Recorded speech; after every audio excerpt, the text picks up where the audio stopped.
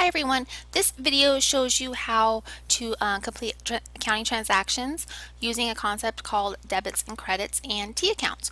Now for the first videos we learned how to complete transactions in a tabular equation format, and I'm just going to go back and show you that really quickly. So we completed all transactions in this format to show that our assets equaled liabilities and owner's equity. And while this is a really good way to learn about accounts and keeping our accounting equation in balance, the fact is that it can get kind of impractical for a large business. Can you imagine putting everything in that type of format for a business that has hundreds of transactions a day or that has hundreds of accounts? It just wouldn't be practical. We'd have to rewrite every single account, carry over every single balance for every single page, and it would just be a time-consuming process. And manual accounting on its own is already quite time-consuming. So instead of that, we use a process called journals and ledgers and journalizing and posting. These can be kind of difficult to learn, so the way we're going to break it down is we're going to start off with T accounts, and we're going to teach you how to use T accounts to complete transactions instead and use a process called debits and credits. And this works better than the tabular equation that we used because it allows us to view the numbers or accounts on multiple pages like a book or like a diary, and then at the end total them up. So a T account is a simplified version of a ledger, and I know you don't know what a ledger is, but if you look in your textbook you will see examples.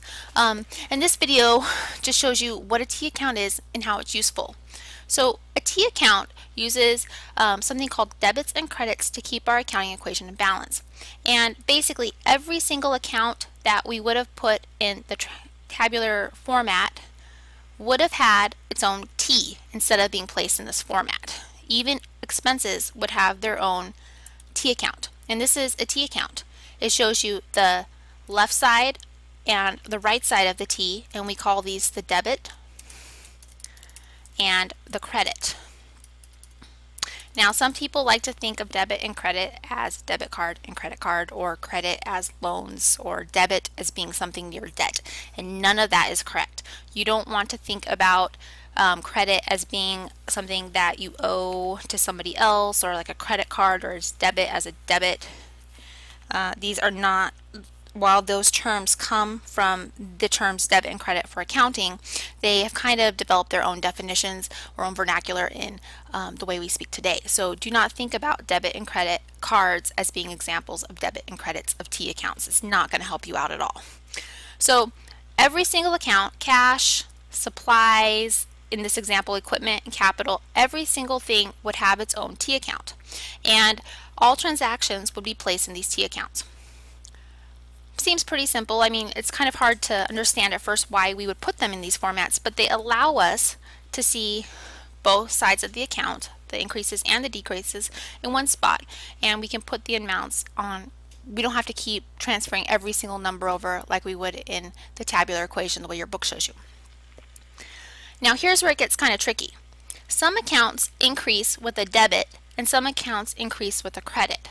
So cash increases with a debit and decreases with a credit, and that means that we put all amounts of cash that are incoming to our business on the debit side and all outflows on the credit side. This works for all assets, draws, and expenses. So for supplies is also an asset, and so is equipment. So all of those would work in the same way. Now liabilities, capital, revenue increase on the credit side and decrease on the debit side. So in this example, my capital account would have the plus sign under the credit side of the account, and this allows me to have, for every account or every transaction, a debit and a credit, and I would work them together. So just like in chapter 1 where every transaction had to have two accounts with the same amount working together, I'm going to do the same thing here for debits and credits and T accounts, but instead of just looking at the monetary amounts on the left side of the accounting equation equaling the monetary amounts on the right side, I have to make sure that my debit balances equal my credit balances. And I'll show you how to do this with a couple easy transactions. What we'll do is we'll put the transactions in the T account form. We'll then have to foot and balance. And let me write that down here. Foot and balance means that we have to keep the accounting equate, we have to find out the balance of the account.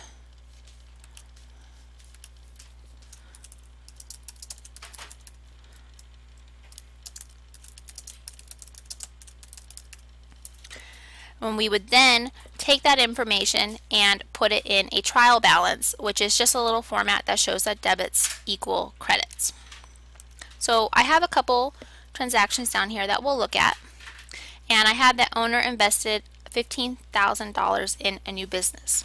So that means my cash has gone up $15,000. So I would use cash and capital, because remember, I always use capital when I have an investment. So these are the accounts I'm going to use.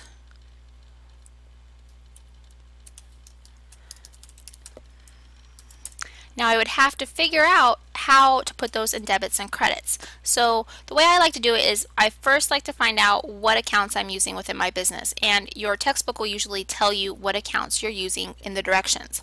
So in this one, I must have cash, supplies, equipment, capital. And if I'm putting anything in debits and credits, then I want to show that the debits and credits equal each other, and I like to put the positive and the increases on my actual format here itself. So in this example, I have the pluses on the debit side for my asset accounts and on the credit side of my capital account. So again, let's look at that initial transaction. Owner invested $1,500 in new business, and I use the accounts cash and capital. So my cash, my business cash, is going up $1,500, and my capital then has to have a debit of, a credit of $1,500 as well. I also recommend that you put the whatever the transaction is, A, B, whatever, that you actually put that near the amount. And the reason you want to do that is because if there is a mistake, it's easier to find it when we put the numbers together. So here I have $1,500 under the debit, here I have $1,500 under the credit.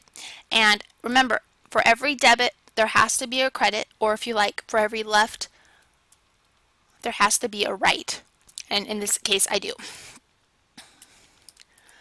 Next one says purchase $100 of supplies. So let's talk about what accounts.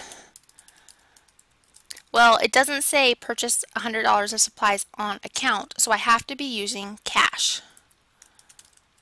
Now, this time I'm purchasing supplies, so that will be my other account used, cash and supplies. So let's see how I'm going to do this. So in this case,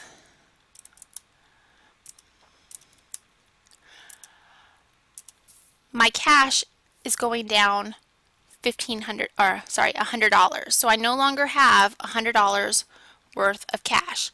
Now, previously I would have put a subtraction sign in front of my cash, but using debits and credits and T accounts, I don't have to use a subtraction sign. All I'm going to do is put the $100 on the credit side of the account, which is the decrease side for my assets. Now, for every debit, there has to be a credit and vice versa. So now I have supplies, according to my information down here. So I'm going to put $100 on the debit side of supplies. And I know it's on the debit side because I've put my plus and minus in my T accounts.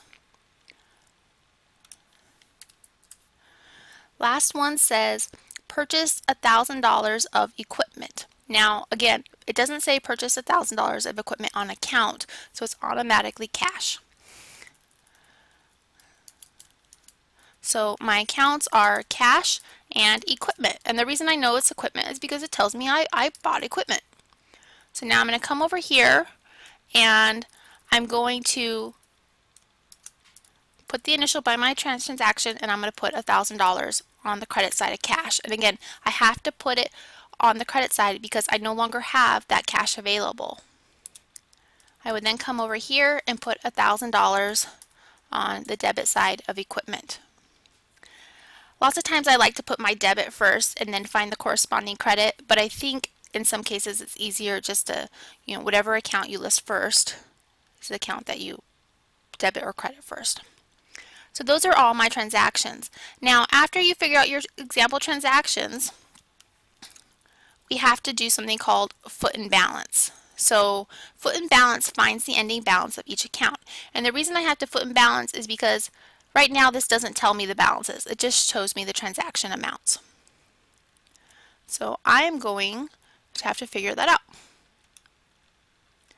Now, the way we foot and balance is we look and see the total side of the debit column and the total side of the credit column for each account. So $1,500 over here and $1,100 over here. And that is called footing. If an account only has one balance, then all you have to do is just balance it. So $1,500 minus $1,100 is $400, and that is going to be my cash ending balance. For supplies, I would just transfer my $100 down because I don't have another account balance. Same thing for equipment.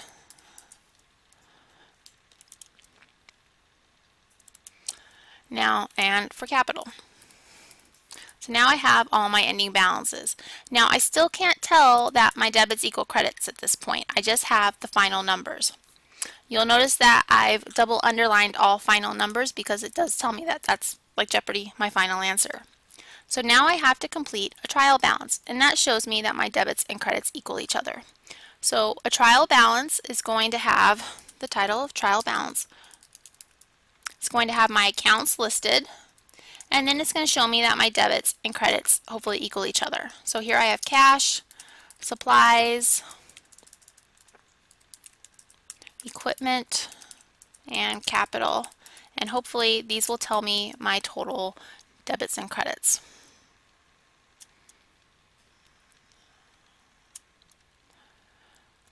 And the trial balance is not a formal financial statement like we saw with the accounts, with the income statement, balance sheet, things like that. It's just showing me that my debits equal credits, and it's just a format I use just to make sure everything balances out.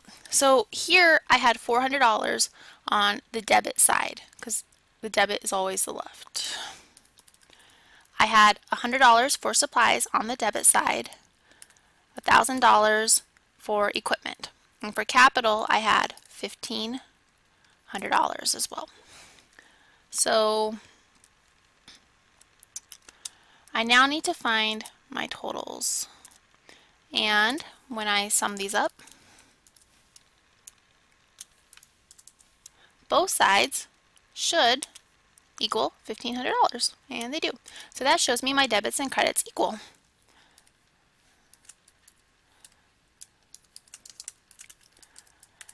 If my debits and credits did not equal $1,500, and they were both, if one of them was only $400 and the other one was $1,500, that means I made a mistake somewhere.